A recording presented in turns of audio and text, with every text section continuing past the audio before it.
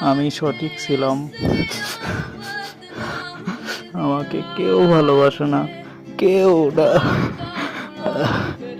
আমি কি এতই খারাপ?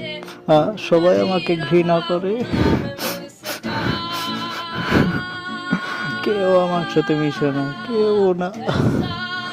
আমি বড় একা, আমার কষ্ট কেউ বুঝতে পারে না।